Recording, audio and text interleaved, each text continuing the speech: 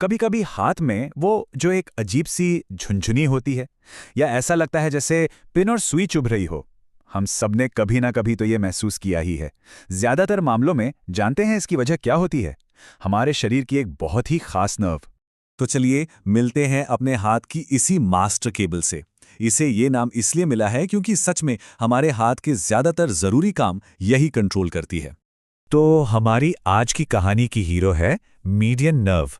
चलिए इसके पूरे सफर को हम ट्रैक करते हैं, देखते हैं कि ये कहाँ से शुरू होती है, कहाँ तक जाती है और असल में इसका काम क्या है। हर कहानी की एक शुरुआत होती है ना? तो देखते हैं कि इस नर्व की शुरुआत आखिर होती कहाँ से है। सब कुछ यहीं से शुरू होता है। इसे कहते हैं ब्रेकियल प्लेक्सस। अगर आसान भाषा में कहें तो ये हमारे हाथ का मेन सर्किट बोर्ड है। गर्दन और कंधे में नर्व्स का एक ऐसा जाल बिछा होता है जहां से हाथ में जाने वाली सारी तारें, मतलब कि नर्व्स, निकलती हैं। और हमारी हीरो मीडियन नर्व इसी सर्किट बोर्ड की दो अलग अलग तारों के मिलने से बनती है। इनको कहते हैं लैटरल और मीडियल कॉर्ड्स, मतलब एक जो बाहर की तरफ से आ रही है और एक जो शरीर के बीच की तरफ से।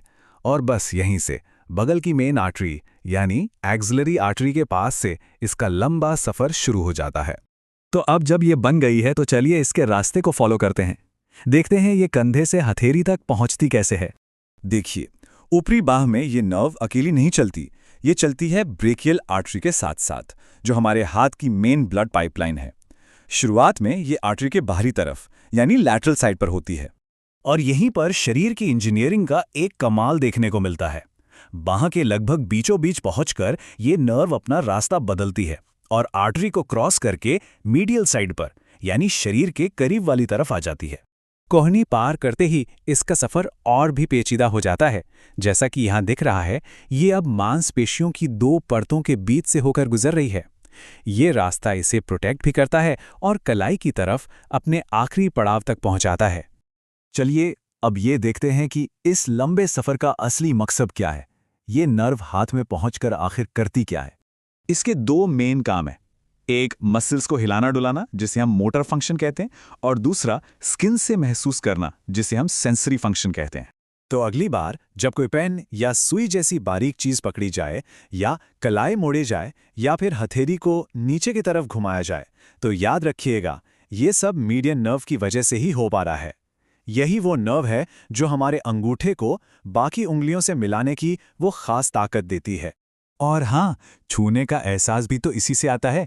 अंगूठा, इंडेक्स फिंगर, मिडिल फिंगर और रिंग फिंगर के आधे हिस्से में जो कुछ भी महसूस होता है, उसका सिग्नल दिमाग तक यही नर्व पहुंचाती है।